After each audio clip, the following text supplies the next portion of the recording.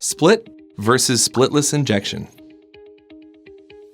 Split and splitless are the two most commonly used GC injection techniques. How are they different?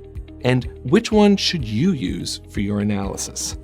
We'll begin with split injection, which is the most popular thanks to its versatility over a range of analyses. Inside a splitless inlet, you will find the carrier gas supply, the septum purge, the split vent, the liner, and the column.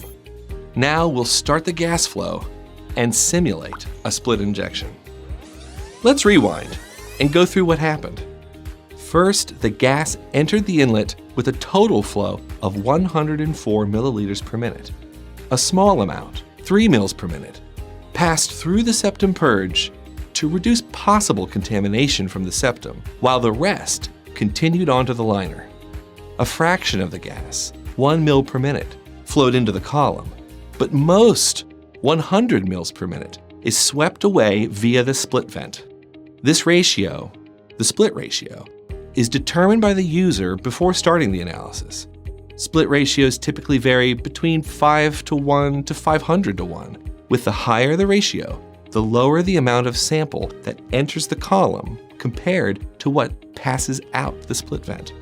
During injection, the sample is injected into the liner and vaporizes. Since our example has a high split ratio of 100:1, one part goes onto the column, while 100 parts of the sample exit out the split vent. Now, let's look at an example of a splitless injection. In a splitless injection, the split vent is closed and left closed before and during the injection. As there is no split flow, the total flow is set at a dramatically reduced flow rate. Here, it's only 4 mils per minute.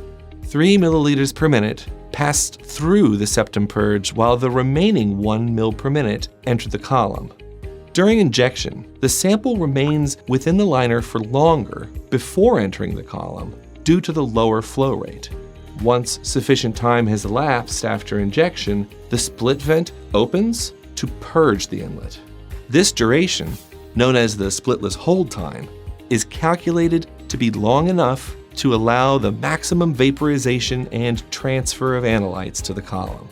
So which injection technique should you use? It depends on the concentration of your desired analytes within your sample, the sensitivity of your detector, and any method requirements. Split injection is ideal if your analyte concentration is high enough to afford an on-instrument dilution and still meet required detection limits.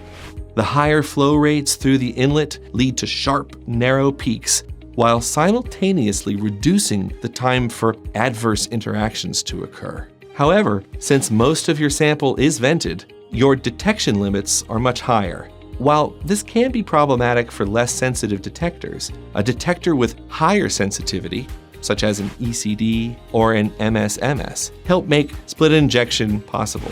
But if your analyte concentration is very low, you may need to perform a splitless injection. Splitless injections excel at trace analyses. Since all the flow is directed to the column, you can transfer the majority of your sample. However, the slower flow rate into the column can result in the degradation of active analytes through adsorption and breakdown. It also leads to increased diffusion, causing band broadening. This is especially noticeable for more volatile analytes, resulting in wider peaks. While choosing the right injection technique for your analysis is essential, it's also important to optimize your injection parameters. This allows you to maximize both analyte transfer and injection-to-injection reproducibility.